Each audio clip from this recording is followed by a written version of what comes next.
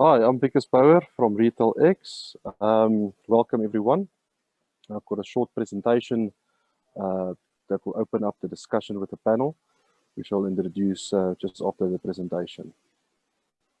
You know, with COVID, there's the call of the new consumer behavior. It pushed the consumer to go online route. There's a lot of guys that I've spoke to in the last year that their first time purchases online. Consumers can shop from anywhere, anytime. They actually work at the moment from anywhere, as well as anytime. Customers expect more personalized experiences these days. Buying decisions are made online. A lot of people do search on the various online platforms before making the decision. This year in SA, Apple Pay launched recently. We will see what effect that will have. The ZA Central Registry published the data of 73,000 new domains, just the .co.za domains that's been registered. Most of that happened between March and July last year, and that showed a 213% increase on the year before. If you look at the e-commerce growth in various categories, the world average grew about 27% on the fashion and beauty category. Ghana grew about 46.6%, and Kenya shooting the lights out at 81.6%. Nigeria was 44%, and South Africa, I think, fairly low at a 30.5%. And if you look at the food and personal care category, the world average was 41%, Ghana just under 61%. Kenya grew by 92%, Nigeria 59%, and South Africa only 29%. If I looked at the census result in December regarding some of our main SA retailers, where their online sales through us grew by 153%, Woolworths at 118%, and Woolworths Foods 159% growth.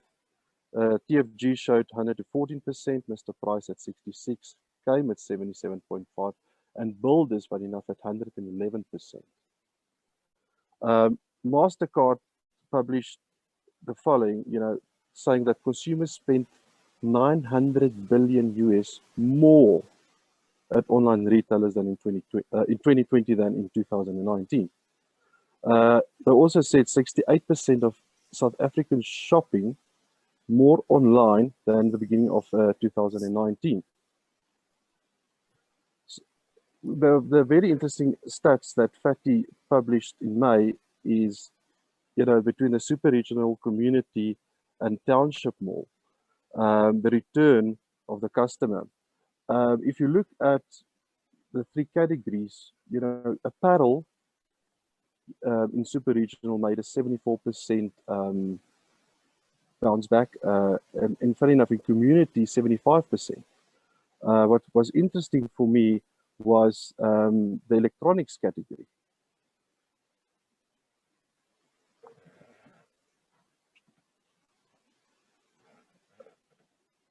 If I look at, retailers are adapting. JD Group just launched their Every Shop, which is direct competition to Takealot. But even prior to COVID, Checkers launched their 360. Pick n Pay acquired Bottles app, which was only an alcohol delivery app. Mr. Price recently acquiring the Yappy Chef to boost their online business. Carrefour in Kenya launched in January their online app.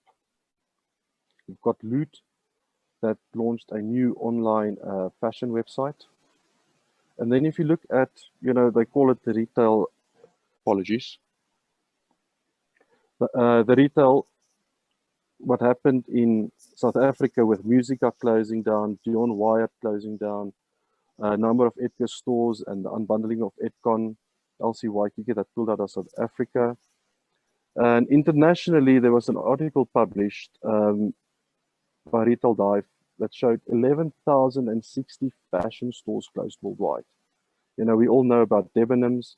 H&M is closing, or planning to close 250 stores internationally in 2021, and the list can carry on. Thank you. I would like to introduce you to Kevin, as well as to Adrian, joining on the panel.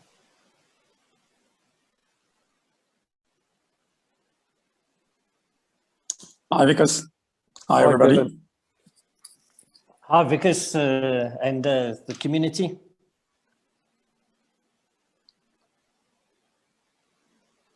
That your video is on. So I would like to start, with that new consumer behavior. Besides pushing the consumer online, what other factors are going to play a role, especially in Africa?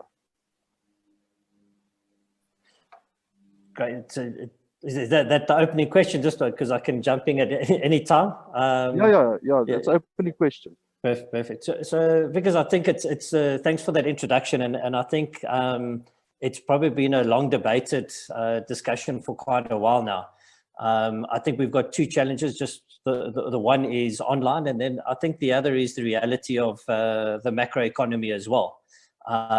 So I think when we talk about behavior with regards to what we see from FATI is that it's been really, really good that we've been able to gather quite a bit of behavioral data pre-COVID-19. And I think the key thing that we've seen is lockdown obviously affected everyone. We've seen people coming back to the shopping center, and we're definitely in a latter phase of that recovery side of things. And I think just to summarize, maybe on a positive perspective, and I think this might lead on to quite a bit of debate a little bit later, is that people do actually want to get out of their houses now. They do want to go into shopping centers. They do want to actually get back to when I say a normal, it will never be normal again. But I think online's done what it's had to do, but people do like going to shopping centers, and we've seen this recovery across all malls, from the super regional, regionals, community, and rural. Some of them obviously bouncing back quite a bit quicker than others because out of necessity. But I think just in overall, I think the people are going to come back to the malls. But I think it's now up to the malls and the tenants to encapsulate that change of behavior to suit them better, because the behavior will never be the same. But I don't think it's all doom and gloom for the retailer, the bricks and mortar retailer.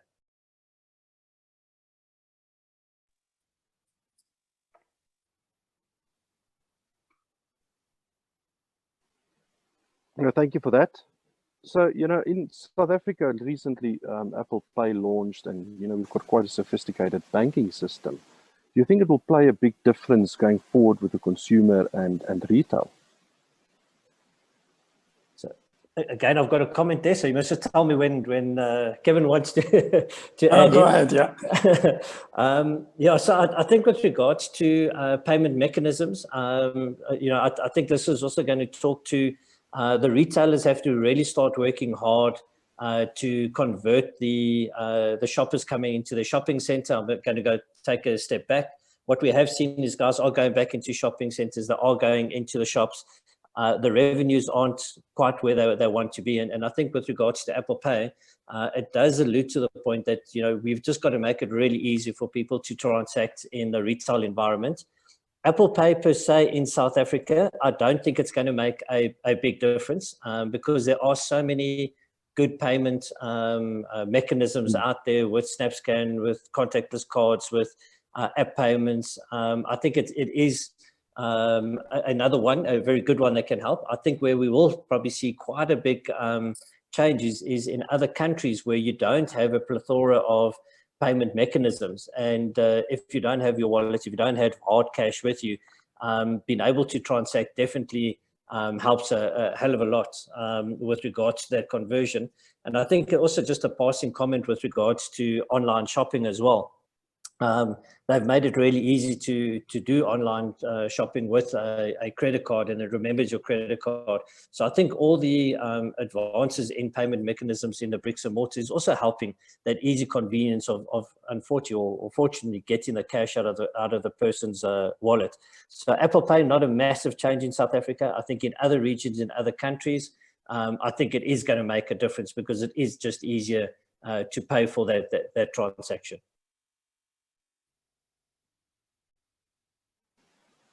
Okay. Because maybe if I need to just add on that, yeah.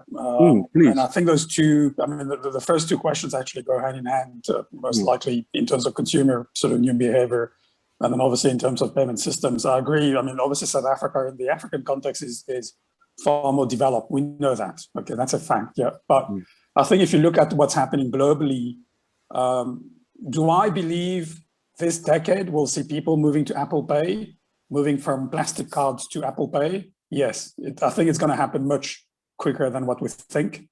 There are initiatives already being taken beyond the retail sector, for example, in the hospitality sector, for example, which you will see coming in very soon in South Africa via the big international hotel groups, for example, pushing ahead with this Apple Pay.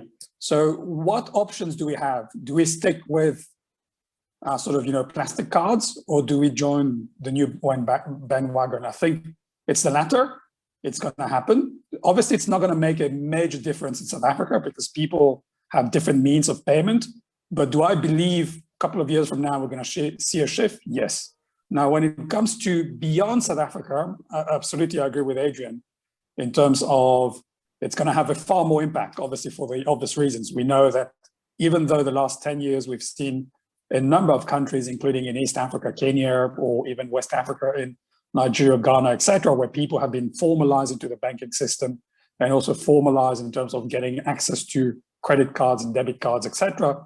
I think we're going to see that impact with Apple Pay, more predominantly in those countries as opposed to South Africa. But if I close my eyes 5 years from now, most of us will be paying for Apple Pay.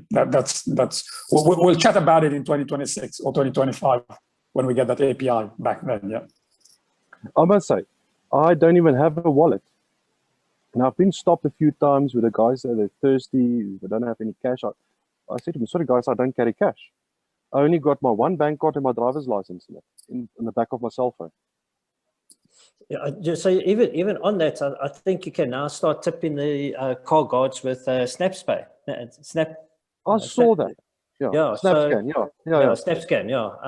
So listen, I think we all on the same page. It's got to be easy. And listen, if it was only one card we had, we've got multiple of those cards, and we always have our phone with us. And it's also got its own wallet. So I mean, the idea of that wallet and your boarding ticket is part of that wallet on that phone. So I don't think it's going to be a seamless conversion where you're actually going to forget that you ever used. It's like a checkbook. When someone said, listen, when last did you write a check? I'm old enough to remember there's a checkbook. But it was just one of those things that faded away and you actually never realized why you used a checkbook. And I think I have to agree there is that the plastic card's going to become like a checkbook. And it will happen over time, but it will be something we never thought. Why would we ever carry a plastic card with us? I agree. So the following question, I think, is a very interesting question. I think we can debate quite long around it as well. And it's artificial intelligence. What role will this play now in the future in shopping centers as well as in retail?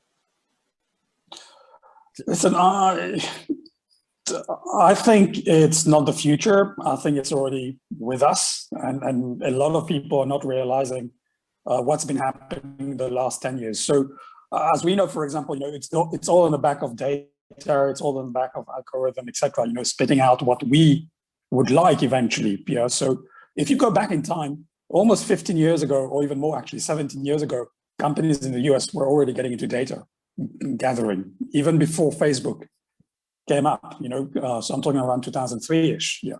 So if you look at how much data is captured on a daily basis, every second, every minute, any time of the day through other devices, which we use on our daily lives, by the way, I believe this device knows me better than I know myself. So what's going to come out of this? What's coming out of this already? I'm saying this, there are many other devices, etc. So the algorithm is already playing in multiple countries. For example, proposing stuff to consumers even before they think about what they would like. So we've seen this already a couple of years ago, even before before COVID. We've seen this again in the hospitality sector. We've seen how tour operators have managed to come up with products and packages even before people think about a holiday. So when it comes to the retail environment, I mean, for me, it's not about, obviously, it's going to play a more predominant role, but it's part of us already. So I cannot talk about South Africa, but in other markets, it's already happening. So mates of mine who are involved in the Asian market, they're doing stuff which we might think are revolutionary, but which are already the norms basically for them in terms of proposing things to the consumer based on data analysis of the consumer. But obviously, it's going to also, we have to be conscious about the regulations, because as you might have seen, there are lots of regulations being put in place by whether it's the EU or other countries or other continents in terms of regulation around data. But having said that, there's so much data being captured every day. And I think we're going to see this more and more going forward. So some people are pro, some people are against, but you know what? It's part of the revolution. I mean, you cannot fight it. You just need to embrace that change, basically, for the better. Yeah, I think if I can add on to that, obviously we're in a big data game. We gather anything between 10 and 15 million lines of data a day per shopping center. I think if I even take a step back, is that any business today that's not running their business based on data, they're in trouble.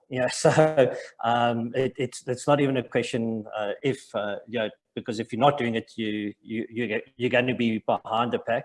With regards to AI, artificial intelligence, I think COVID's been a really good thing, because people always thought they could work on their gut feel and they can look at a trend for the last 25 years and they can understand what's going to happen.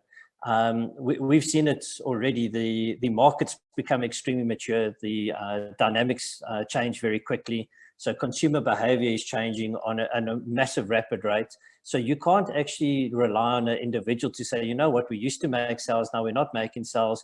Where have we made the money? Where haven't we made the money? What stock is available? What isn't available? You need to be preempted on those changes almost on the fly. And the idea is it's not about to scare anyone or to track anyone. It's to deliver a better service from a company to a consumer. And the only way to do that is, first of all, to have the big data. And then you've got to have the clever algorithms in the back end. So artificial intelligence, it doesn't mean that you just give someone, a machine, the opportunity to make decisions. You just give them enough data and tell them what you need out of it. And it does that computation to deliver a phenomenal service. And when I say a phenomenal service, it's to the business and the consumer. And almost to the point where I think if we close our eyes and open our eyes in 5 years' time, as a consumer, you're going to be quite frustrated saying, listen, why am I not being told about winter training apparel? Because we're going into winter. I actually don't even want to go look for it. I want actually people to come to me and actually tell me what they've got available in winter apparel, because this is what I do going into winter. It's the same as Uber. You call it Uber and it comes to you. The idea is really the retailers coming to the consumer with relevant, and I think the important part is relevant. It's not spam.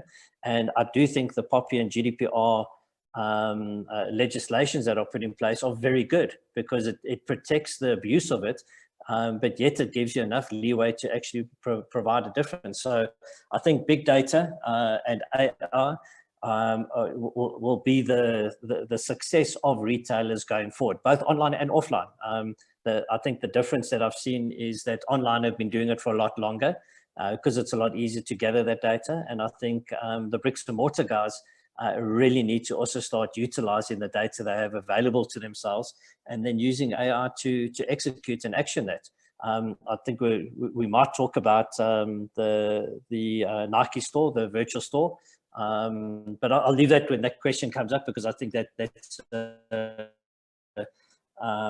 very good point in case, how you actually bring the 360 well, together. That is the next question. With Nike's flagship store in New York, they took the app, bringing the mobile app into the physical store, and I think let's open that discussion. So I'll lead on, and then Kevin, so I think for me, what was the most exciting part about that store is that it was built to be changed. So what they realized is that a bricks and mortar retail environment is not there that's going to be stagnant for 6 months or 6 years. The whole idea that that store was built around taking data and utilizing it effectively to provide a better service to the end user. So for me, the full 360 there was not only did they gather the data from the app, from the guys visiting, understanding what they wanted, what they didn't want, how they wanted it, but they had the ability to action it inside the store and change the store according to the data to make a difference. And I think this is perhaps the biggest hurdle going forward with regards to the bricks and mortar retailers today. You can't do retailing like you've done for the last 10 years. You definitely can't do it like you did it before COVID. You need to get the right data to make the right decisions, but then you've got to action it and make that difference because of the data and the information you've got. And I think the lesson learned out of the Nike, they 100% got that right. They understood that they had to engage their consumer differently based on the data they had, but make it viable to do it inside a bricks and mortar shopping center. So I think that's perhaps what we're going to see in the very near future in the retailers that are going to not just survive, that are going to exceptionally exceed everyone else, having the ability to action data to the consumer. Yeah, I mean, I agree with you. I think it's I'll sort of put it in sort of layman's language. You know, the last time I went into a shop goes back to many months ago to buy a shirt or whatever. My mum, who's 72, many months, and I think there are some serious game changers happening. And the interesting thing is, I mean, obviously, you know, it doesn't apply at the same rhythm or at the same rate for everybody. But I think the game changer for me is I think we might be underestimating the changes that's happening, not only because of COVID. I think COVID is just fast-tracking what was about to happen anyway. Okay, so probably things would have taken 10 years. It's taking 2 or 3 years to happen. Yeah. So when you look at the younger generation, interestingly, there was a study that was done a couple of months ago in Europe, predominantly in France. The younger generation would prefer to attend virtual concerts than going to physical concerts. That's the game changer. Okay. So I'm saying that why? Because obviously we've got the tendency to say, okay, you know, we're going to go back. I'm not saying, you know, we're not going to go back. We are going to go back to the malls, and that's already happening, etc. But I also think there is a shift happening. You know, why should you go back? Why did we used to go to shopping centers? Because we had no access. We had to go to the shopping center, to walk through the shopping center and to discover which shops were there, to walk into the shops, to discover what they were selling, etc. So if I've got this on my iPad, iPhone, or my smartphone, or etc., at any point in time, you know, we need to think about it. You know, why do I need to go? You know, do I need to go because I need to go out of my home? Do I need to go because, you know, I need to check it out? Do I need to go because maybe I'm part of the older generation? I used to, even though if I'm going to scroll down or up on my iPad, I still need to go. Having said that, I think there are fundamental changes happening. And I think it's not just only for the younger generation. I think a couple of years from now, when we're going to look back, we're going to be amazed by the older generation that have subscribed to this virtual world. And I'm saying it. I mean, I think if you speak, I mean, the thing is, you know, just talk to people around you. You'll be amazed by people in their 60s and 70s, actually, who are fluent virtually, which probably a year or 2 years ago we never thought of. Yeah, and I think we're also going to see the big players are going to make it more practical and easier to use, basically. Yeah, you know, so it's just going to be 2 clicks, 3 clicks, deal done, etc. Yeah. So I think we need to. The reason why I'm saying this is I think for me, we are in that new world.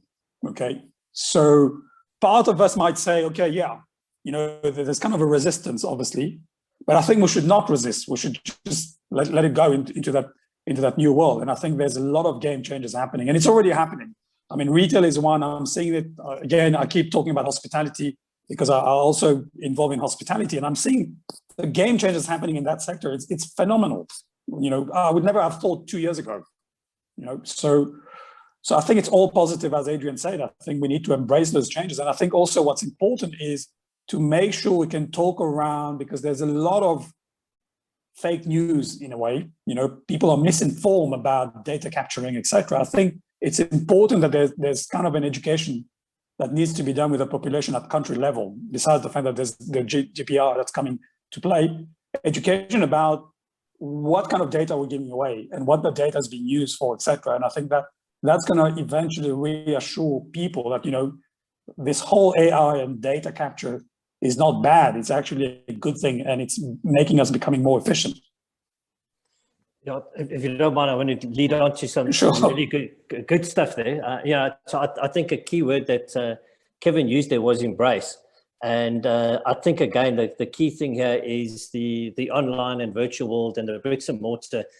You have to work together. And I think Kevin used a very good example there, is our consumers are so well informed now because they've gone online. They know what they want. They know what's at the shopping center. So the bricks and mortar environment and the retailers have to already be active on that phone. They already have to be part of that ethos. So on Facebook, on Twitter, Instagram, advertising, giving that the exposure before you get to the mall, because they're actually making that decision before they go into the mall as well. The benefit once you're in the mall, though, is that the person's gone to a lot of effort and you've limited your competitors. So the thing, if there's only one message I can give out to the retailers today, is that person that's walked into your shop, you've already won 90% of the battle to get them there nowadays. You've got to up your game exponentially to convert that sale at that point in time. You've got to know what they want. You've got to understand the stock levels. You need to be able to convert, because that person, when they leave your shop, not only do in the old days, your competitor was the shop next to you. When they leave your shop or when they leave the shopping center, they then go back online and you then competing against a much greater gamut. So I think the idea here, and again, just leading on with what Kevin said, is that you've got to embrace it. You've got to understand where it's coming from. It is happening. And now use it to your advantage. The people are still going to the malls. They are still going into the retail environment, but you've got to interact very differently with the data you have to convert that into revenue for yourself. So, and I'll repeat myself, and I think also concluding what Kevin said, is COVID's just sped all of this up. This was already happening. There were a lot of educated consumers before COVID. These trends this is not a COVID trend. This is a retail trend happening. And I think the nice thing about it is, once you've realized it and you've embraced it, and I'll use that word again, you'll definitely succeed and be successful. You can't fight against it, but understand it and work together. And then use the mediums for the best that they catered for, engaging with people at home on digital media, converting transactions when they're in the mall, making sure you've got the right product offering because you've got the right data. And then I think everyone's happy, the consumer, the supplier, online. And I think that this is what we've got to do very, very quickly. So, sorry, Vikas, I'm just going to add one more thing, which I thought about, which, on that point. Yesterday, for example, I had a panel session live with the textile industry. These are Mauritian-based textile companies in Mauritius, but also in Madagascar and Bangladesh. So they've got visibility about how the world is changing globally. So because of this data capturing, the AI coming into effect, all the stuff that we've been talking about. So today and tomorrow, so basically they're coming to a perspective where they're becoming efficient to know exactly what needs to be produced, what, when, what color, etc. Almost like to the number of T-shirts, that's going to be on display. So when you think about that's happening in the back end in the value chain, so you can imagine in the front end, what's the game changer? So the days where, I'm just saying Mr. Price would order, white T-shirts for summer, and just put it on the rack and then hoping that people would come and buy. Now it's becoming so sophisticated, it's becoming so efficient that basically there will be less wastage, of, just putting products there and hoping. Why? Because they've got so much data knowing pretty much how many people actually need white T-shirts or need customized T-shirts, etc., etc. So I think that sophistication is good because not only It helps in terms of procurement from the value chain, from the textile companies, etc. It reduces the wastage, and then also it gives us what we need. For example, maybe I'm a consumer. I'm just saying, for example, I might be a consumer who never liked a black T-shirt, but then whenever I walk into Mr. Price, I've got a black T-shirt or a white T-shirt. I want to buy some stuff based on the fact that they know me. So I want they to offer me something that based on what I like, for example. And I think that's where I think we're going. Yeah. And that actually leads up to the next question as well. We saw the growth in online sales from the various retailers. They published it. So the question is, that consumer going to go back to the mall? Are the malls bouncing back regarding foot counts? What do you guys, your opinions? I'll jump in there quickly again. So yeah, with our data, and usually when I give this presentation, I say, listen, the shopping centre still got a heartbeat. There are people going back. The foot counters are increasing, even the revenue's increasing. We're seeing a different rate of bounce back. And when we talk about bounce back, there's a number of factors. When we also talk about people going to a mall and walking around a mall for entertainment, or are they actually going into tenant areas and purchasing, that conversion as well. So two very interesting facts that we kind of had a look at is the one is the amount of people going back to the mall, and are they enjoying going back to the mall? So people are going back to the mall, but we ran a survey and said, listen, where do you come from? What do you like? What do you dislike? And 63% of them said, listen, the thing that they hate the most is sanitizing their hands. So something as small as that is actually stopping people going into, not into the mall, but actually into the tenant areas. However, I think no one actually worried about a mask because everyone was quite comfortable with a mask at this stage. But the other interesting thing is we've got a shoppability stat saying if a person goes into a mall, how many floors do they actually visit? And this is the only shopper behavior stat that has increased before COVID-19. So a higher percentage of people are going to more than one floor of a shopping center than what they did before, which means that they like being in the shopping center. They actually want to be there and they are shopping. The challenge is converting that into constructive revenue. And I say constructive revenue, giving the person what they want when they go into the tenant area. So I don't think we have to be worried about in South Africa. So we're in South Africa, Mauritius, Cyprus, in those areas. I don't think we're going to see dormant malls like you've seen in the US. We're going to see malls with heartbeats and people in them. It's up to the landlord and the tenants to monitor that heartbeat.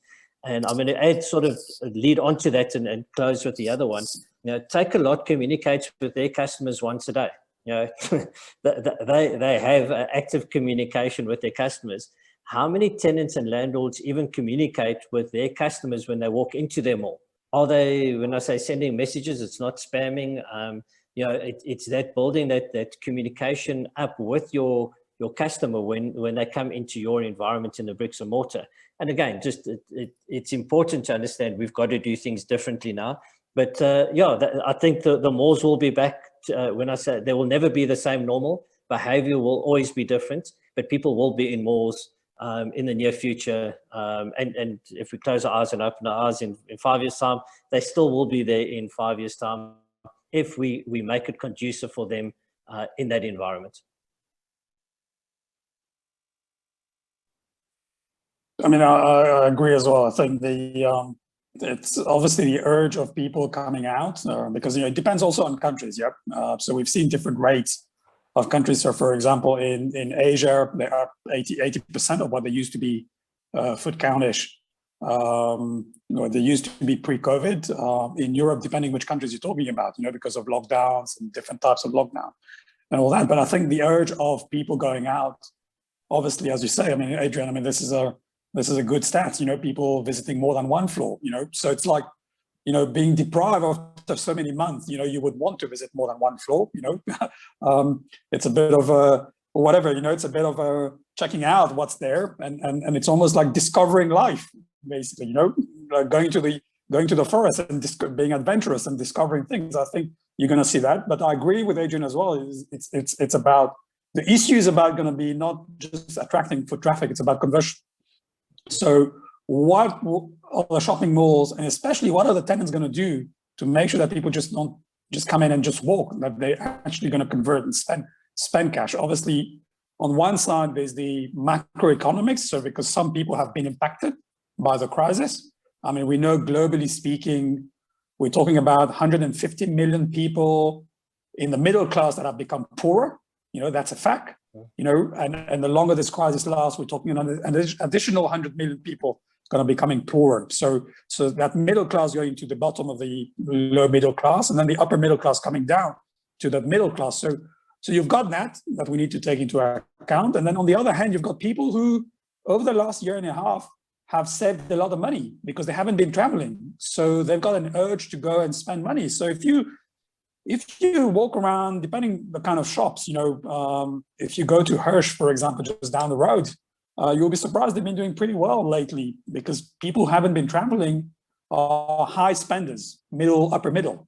They've got the money, you know, and what they're doing, they're spending money and buying stuff for the house, for example, you know, spending money and buying stuff for the garden, for example, which they, you know, never bothered because they used to travel for vacation, etc. So I think we need to look at those two sides of the coin. You know, are we in the new normal? I mean, Adrian sort of raised the point. I think the mistake would be to keep thinking about going back to the old normal. I think we need to say, okay, this is the new normal. Let's just move on with it, you know, and get on with it. Yeah, that's the approach I keep saying to friends of mine or colleagues, or, you know, let's stop talking about the old normal. Let's stop talking about pre-COVID. Let's just get on with it. Yeah. I've got to think close to heart when we talk about new normal and normal. So I think there will never be normal again. So it won't be the old normal. And I think the normal we'll know will just be a transit to the next normal, because I think our consumers are so educated and the dynamics of the market are changing so quickly. I think you'd be risking it by saying, listen, okay, this is normal now. So I'm just going to take your point earlier with regards to the high spends. I was flabbergasted with regards to the amount of people that spend vast amounts of money on expensive items coming out of lockdown. I'm in an industry where we do motorbikes, and the retailers actually sold out on the majority of their brand new motorcycles. You know, it's something that they've never done in years. And they did it within 2 to 3 months, and it wasn't secondhand; it was expensive ones. Now they're battling with stock, and I think this goes back to that: is people will still spend money. You must just have the right product to get them at the right time, and even the guys that aren't traveling will start traveling again. And then you've got to adapt around that environment of saying, listen, those guys that did spend their money, they're out traveling. What do we now sell them? They need bags, they need clothes, they need other stuff. So the only way to stay abreast with the changing normal, maybe I must coin that phrase, the changing normal is using your AI and data. Get your data, put the AI into it and say, listen, these are the changes. They're not changing year on year. They're changing day by day. And also taking into consideration macroeconomy. I think that's the reality of the world and also local economy. People are under pressure overall with money, but they are still spending money, and people will bounce back as well.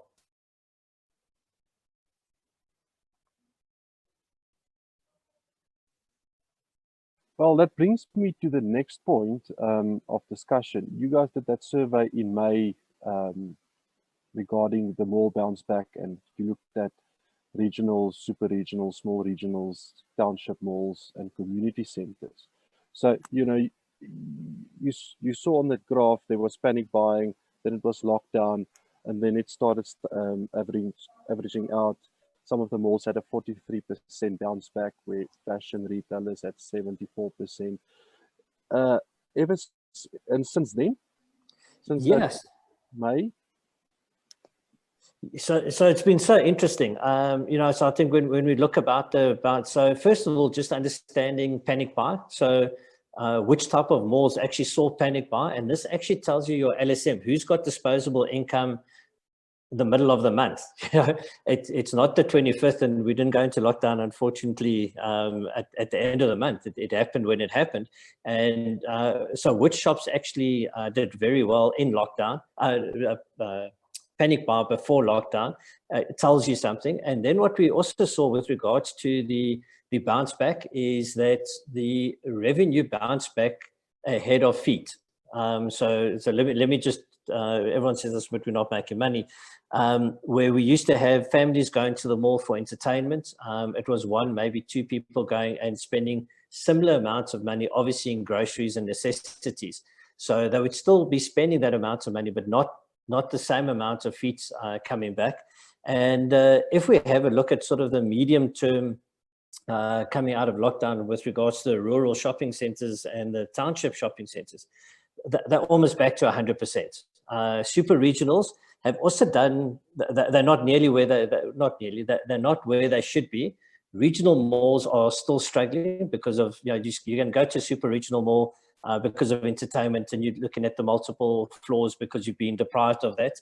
And the regional malls are the guys that are probably still under the most amount of pressure.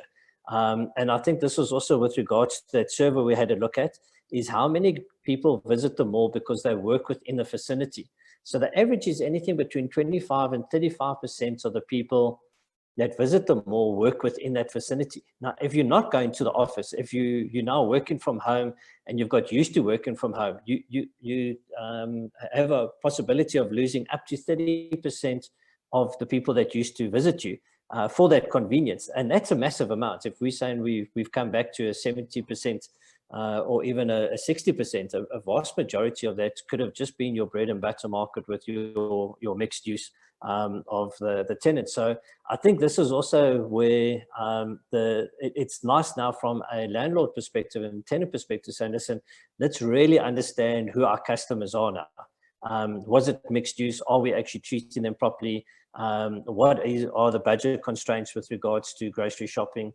And then adapt around that to get the numbers back to where they, and again, will never be normal again, but to what it's going to be. And then also understand the relationship between feet and revenue. And I think this is also the important part, because feet don't always bring revenue, but they have to be there.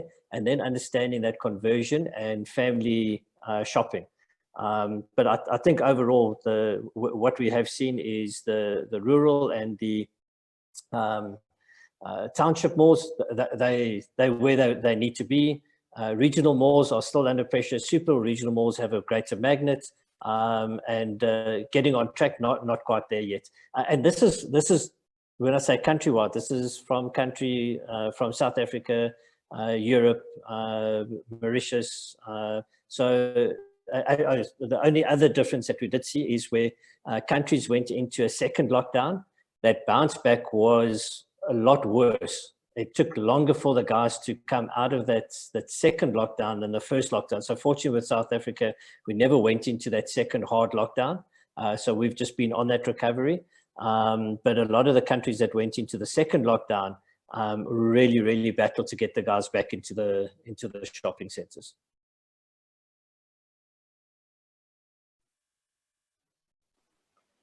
So obviously you mentioned how the guys are going back to the malls, and I think it's actually two questions. But why are the guys going back to the mall, the consumer, and what should landlords do differently to retain that consumer in the mall? Yes, so I mean, on that survey, we asked, and the number one requirement was actually for necessity groceries. So people, although we saw Woolworths and Checkers, a lot of that was online. A lot of people still like going to the shopping center for the grocery shopping. And then there was and it's for services. So actually having the haircuts also kind of been a necessity. And then the last part is entertainment, but we underestimate the power of entertainment. Getting into your car, going to a mall, walking around is a form of entertainment. Even if you're not going to movies, which we know have taken a massive hammering, even if your kids aren't playing in the fountains anymore, going to the shop because you haven't been allowed to, getting out the house because you haven't been allowed to, getting into your car and traveling, is part of that entertainment. So that's what people are we see in the current version while they're going. What the retailers and the landlords have to do differently is they have to form a relationship with their consumer. They have to do things far more dynamically, embrace the digital environment, engage with their consumers when they're in their shopping center, when they're in their store. Don't just assume that person is going to buy something. Don't assume the person's not going to buy something when they're there. So we believe that they really have to be interactive. As I said before, take a lot of engages with their consumers once a day. The retailers and the landlords also need to start building up that engagement platform based on good data and feeding the consumer the information they need. And I think that if we have a look at the Nike store, I think that should be the ultimate goal, is have an environment that's conducive to your consumer based on information you have. And I think that's the winning recipe. If there's ever something they have to look at, if you look at that full 360, I think that's what they've got to do differently, base it around that engagement on the consumer. I guess on that, Adrian, I think what's important is to leverage, and I agree with you, totally agree, is retailers across the board. And we're not only talking about clothing, we're talking about even sort of leisure, restaurants and whatnot, need to leverage on the digital. I'll just give an example, very simple example, and this example is not far-fetched, by the way. Yeah, it's not science fiction. It's not Star Trek, or, at all. It's already happening. If you think in South Africa, for example, let's take South Africa. When you go to restaurants, a number of restaurants have to adapt with COVID, so a number of restaurants, basically, with your phone, you just scan and you get the menu on your iPhone or your smartphone, So the data that's captured for me, for example, the next level is going to be, it's not yet in South Africa, but in other countries, for example, when I walk into a restaurant and I scan, that restaurant or the waiter or the chef should know, for example, whether I like green pepper or I hate green pepper. That's the level of customization and sophistication. And I think we're not far from that. Yeah. So that's kind of an engagement. If you recall back in the days, for example, either you had to tell the waiter or the waiter would have to ask you, do you like it hot, mild, or chili, or, are you allergic to whatever? I think with our health being on that phone, on that device again, that person should be able to know that I'm allergic to A, B, C, D, and E, basically, So again, I'm going to emphasize on that point. And Adrian, you're better positioned because you're in that space. It's on the back of the data. The more data that can be captured, the more efficient we all can be. And I think that's why it's important for retailers to embrace this digital era. You're either part of it or you're left out of it. So for me, I think you have to be part of it, or else you're going to be amongst the minority who's going to be left out of it, and you're going to be out of business eventually. Yeah. Again, just to add on to that, you'll be out of business. I don't think you can sit on the sideline and watch this game. The game's already started, and I think then just to add on it, I think a lot of people don't realize that the data gathered about you is for your best benefit. So even if you tell a waiter once, I don't like peppers, and he punches it in onto his menu system, when you come back to that restaurant again, there's that information. So sometimes it's the simplicity of just asking once or telling a person once, and then just confirming it as well. So I have no issue someone saying, listen, you've got my data, and in actual fact, I like my steak medium to rare. And just confirm. So would you still like it medium to rare? You don't say, listen, I'm going to tell you have to have medium to rare. But I think this is a massive mind shift with regards to the retailers and customer service. And I talk about engagement again. We've got to engage our customers very, very differently. And that's what will keep the people coming back to the mall. You can imagine that experience. And you spoke about the shirt that you had. It will be really great to go into the retailer, and for once they actually have the size shirt I have. I always have a different, everyone buys the same size shirts as I have. Now they know, listen, the triple extra larges, we always have extra at the end of the year. So don't buy extra triple larges and have 3 more larges. So it's just and amazing. That is a transaction sale that is lost. It's not an unhappy customer. It's an unhappy customer with a transaction lost just because you haven't taken a time out to look at the data and provide the right service. So it's very much around, and again, I'll go back to the Nike. They look at the data, they look at the service they're offering, they make sure they've got the product. And again, although it's a fashion retailer, it's absolutely everything. It's electronics, it's restauranteering, it's grocery shopping, peak time of days. It's actually maximizing it. And then people, and in our presentation, we talk about actions or behaviors being rewarded. It's not rewarded in money, it's rewarded in good service. It's rewarded, I've got the right product at the right price at the right time. So it's rewarding the consumer in that bricks and mortar environment is by far the way you make money and stay in this business. But you've got to have that Nike mindset. I've got to change my consumer behavior, interaction, and listen to the data, to take it from that perspective.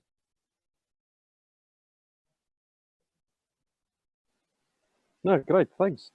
The following question, I think, is a shift away from the consumer back into the landlord. Obviously during COVID, a lot of rent revisions were given, the guys couldn't trade. So the question is, we all know rentals are under pressure. I haven't heard of any retailer that says, listen, I want to pay more rent. And one of the funds reported about 13% decrease on their rental revision. That makes about just over 6% of the portfolio. So were historical rentals, do you think, and I think Kevin would have a good idea as well, do you think historical rentals were above market and COVID just brought everything back, reset, the great reset on rentals? Or, is it just a one-sided thing from a tenant? Maybe Adrian could go first on South Africa, and then I could talk about the rest of Africa. Yeah, so this is by far the most sensitive discussion you could ever bring up.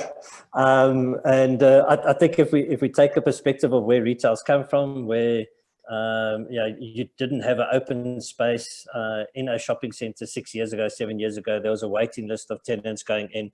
The rent was relative to that. I think today you do have vacancies. I think where we see the vacancies today, I think it's taken the biggest toll. I'm hoping we're at the worst portion of it.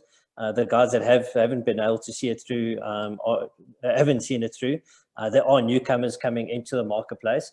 And I believe the rental market, the pricing for the rental is going to stabilize over the next 2 years, because remember, there's long-term leases, things don't change overnight from that perspective.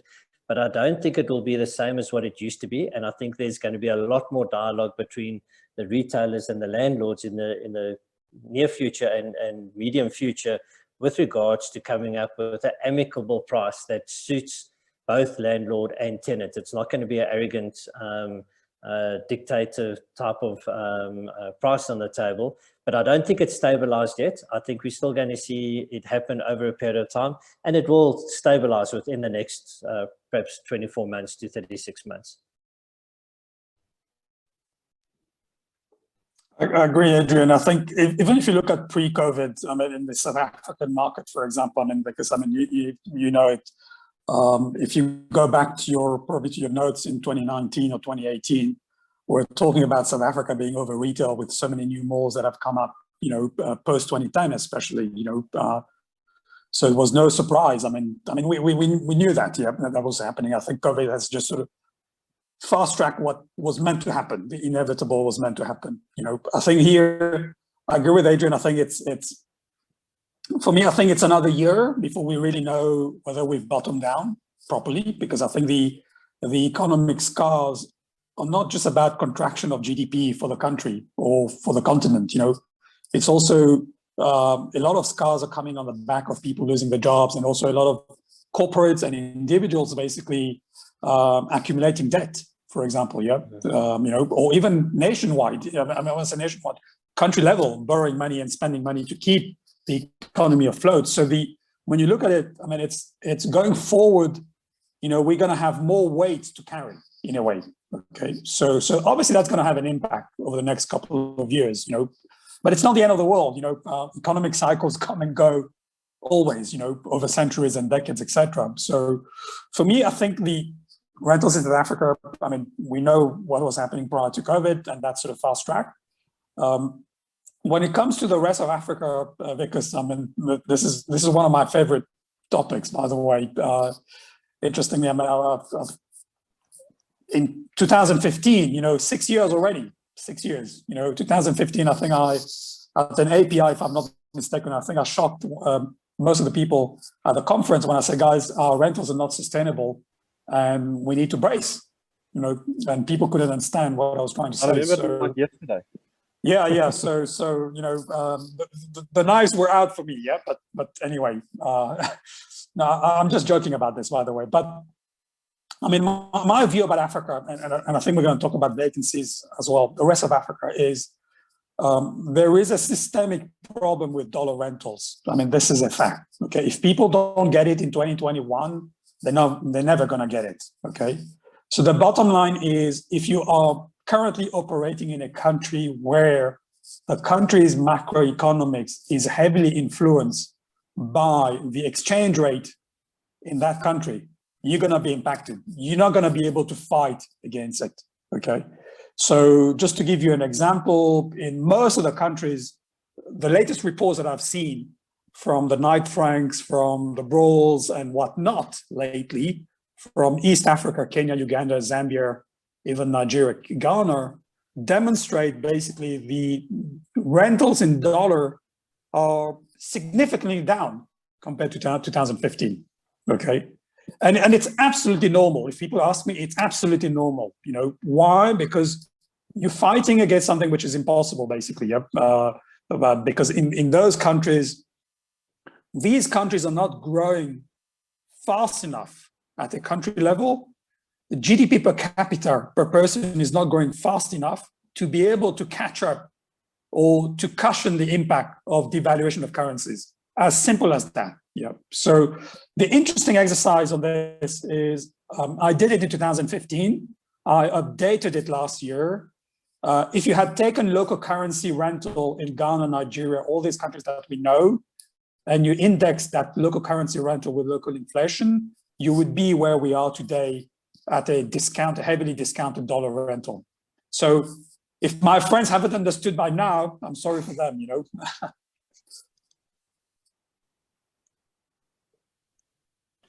Listen, thank you. I think we're running out of time, but thanks a lot, everyone on the panel.